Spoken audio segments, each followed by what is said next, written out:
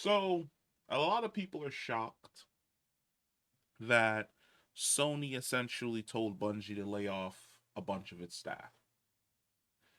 I wasn't, because major corporations don't give a shit about the little guy. It's always been the case.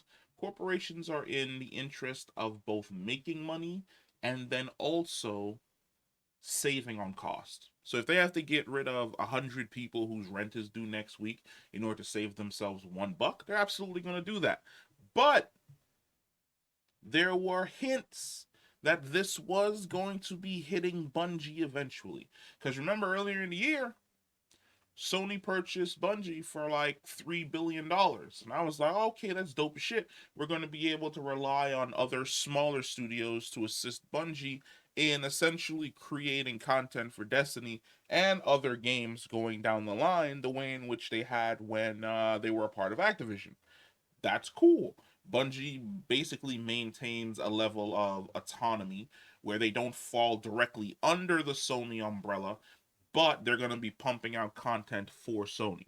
But if we were to jump back, not even that far, if we were to jump back, let's just say a week, October 23rd, 2023, two studios who should not have gotten layoffs, because when I say that they have been eating and eating well and putting out hit after hit, we're told to lay off staff. One of those was Naughty Dog, for The Last of Us, and then the other one was Insomniac for Spider-Man 2. Now, Spider-Man 2 just dropped, and it has sold fantastically.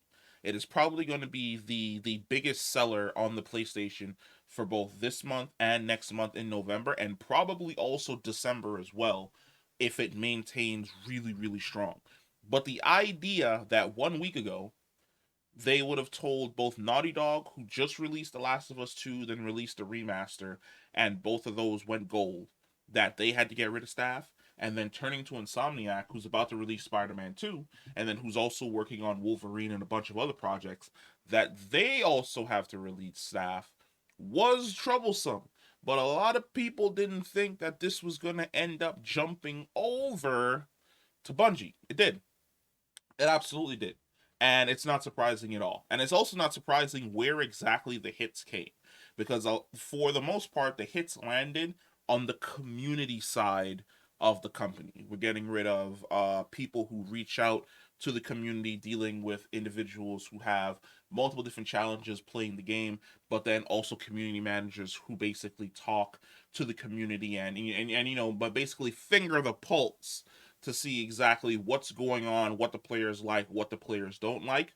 Get rid of all of them. Get rid of the social media team, because we don't need to be paying those guys that much money. We can outsource that to probably India or China. Get rid of a couple of the people working on the game engine behind the scenes.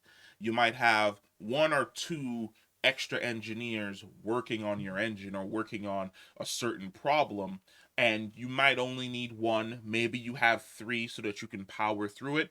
Fuck that. Fire the two, have that one guy basically work crunch time by himself, 10-hour shifts a day, 7 days a week, to figure out what exactly the problem is, because we need to cut down on cost in regards to this company, which is also insane due to the fact that in the $3.7 billion deal for Bungie, it included 1.2 billion for staff retention.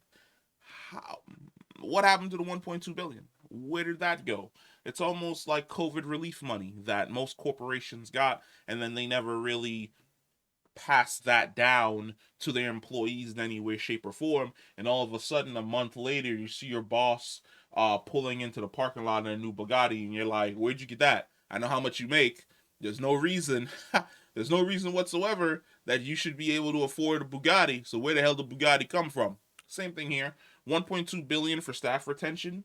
1.2 billion earlier in this year for staff retention. I don't even know what Bungie's metrics are for how much money they make on a yearly basis and how much money they pay out their staff on a yearly basis.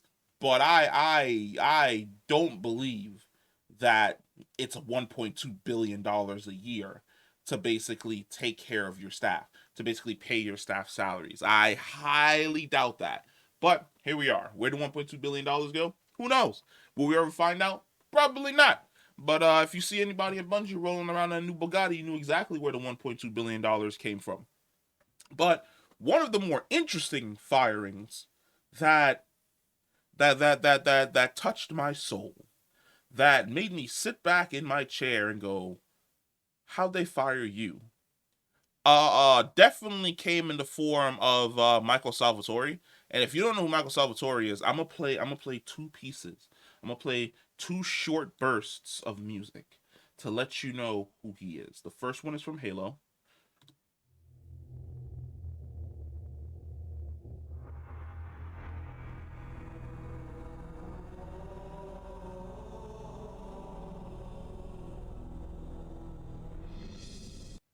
and the second one is from Destiny.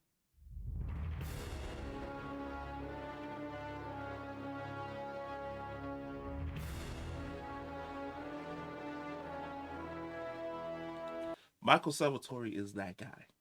Every piece of Halo music that you have loved and enjoyed, from Halo 1 to Halo Reach to ODST, Michael Salvatori's hand was in that pot. Every single piece of Destiny music that you've enjoyed, outside of the Paul McCartney stuff, that you've absolutely enjoyed, that you thought was an absolute banger, Michael Salvatori's hand was in that pot. He was stirring the pot the whole time. Were there other people that were assisting in this? Absolutely. But Michael Salvatore was the face. He was the guy. He was the guy guiding us on a musical journey. There's a reason why Music of the Spheres, which was just I believe just Halo and Destiny music, was going around the world and selling out in different nations for years before COVID happened and they more or less put a stop to it. But he is that guy. And I don't think people realize just how important he was to the journey of both Halo and Destiny. Because if you take that music guy out, you remove Michael Salvatore and you slot somebody else in, the feel and energy that you get from both Halo and Destiny, the vibe completely fucking changes.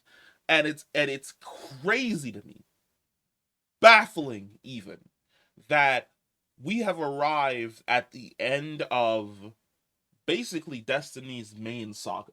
We've arrived at the end of the Light and Dark saga, where the story that began in Destiny 1 has finally reached its culmination here with the release of the final shape.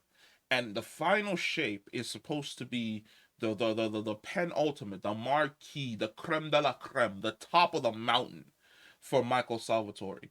Like he is gonna be weaving us some music that's gonna be hitting us in the heart and that's gonna be taking us on a fucking journey. This is the guy who you don't fire. This is the guy who probably gets a fucking statue somewhere on the campus of him. The guy who probably gets his name added to the masthead for his addition, for what he gave to the legacy of the company.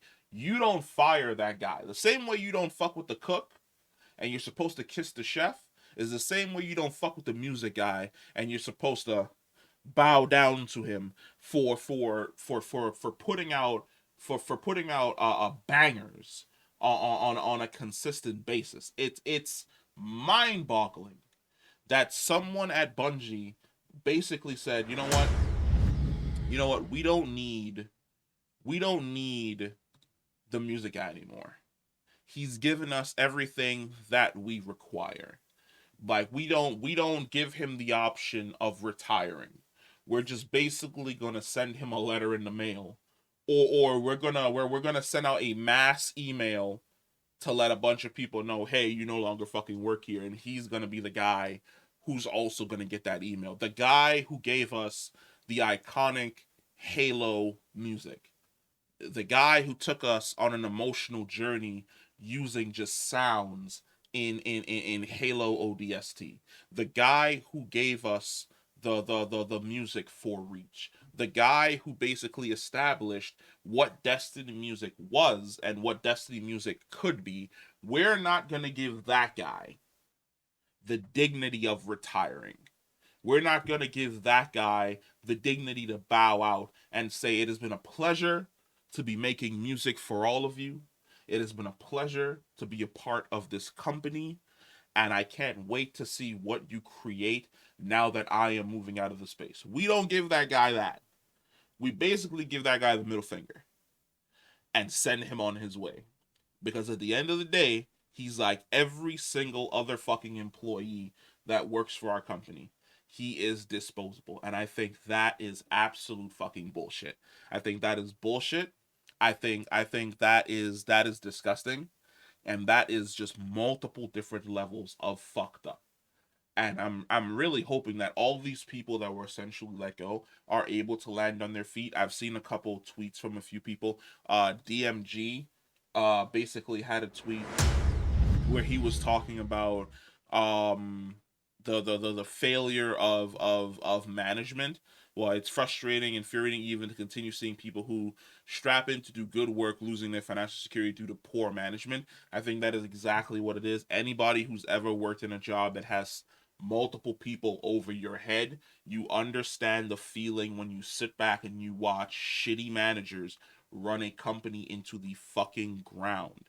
And it does not help when that company basically kowtows itself to another fucking company, and then that company sends in its own shitty managers to dig that hole. It was already a 6 foot hole meant for one body, but now they've turned it into a fucking cavern that's going to basically bury a ton of people that have worked through the pandemic, that have found ways in their home. I don't know if you remember the fucking Bungie vid docs during COVID, where they were making music and sounds like in their house, in their kitchen, in a fucking closet. These people who were working their asses off at home to deliver expansions and content on fucking time, doing crunch time because they love the content that they were working on, they love the people that they were working with, and they love the company they were working for, being shown the fucking door.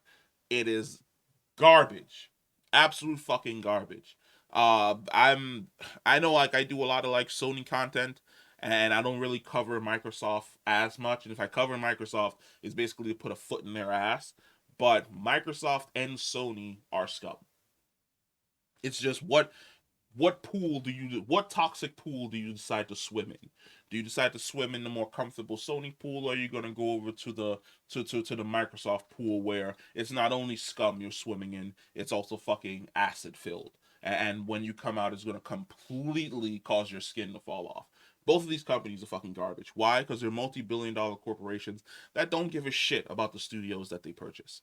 They purchase the studios not for the fact that they have great communities, or what they're doing in a certain space in regards to donations for certain causes.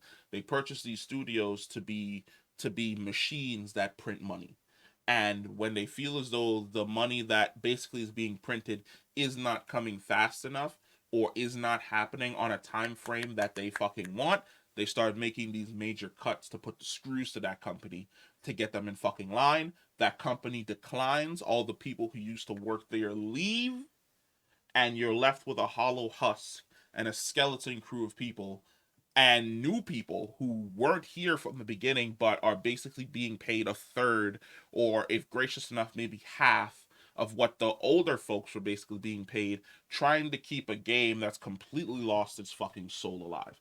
But hey, what do I know? It's not like I haven't been alive for like 34 years watching this shit happen with multiple different corporations being bought by both Microsoft and Sony and Activision, just being driven into the absolute fucking ground and never recovering. I really hope that's not the case for Destiny. I really hope it isn't. I hope that this is just like a blip, just like a one-off error, a syntax error that you weren't expecting because you punched in the wrong numbers too fucking fast. I'm hoping that's the case, but who in all honesty is to say that this is not just the new norm? where companies that are able to produce, that are able to make these bangers that sell millions upon millions of copies don't instantaneously get gutted in some bullshit cost saving measure on Sony's bottom line. But hey, let me know what you think. Comment down below, and I will catch you in the next one. Peace.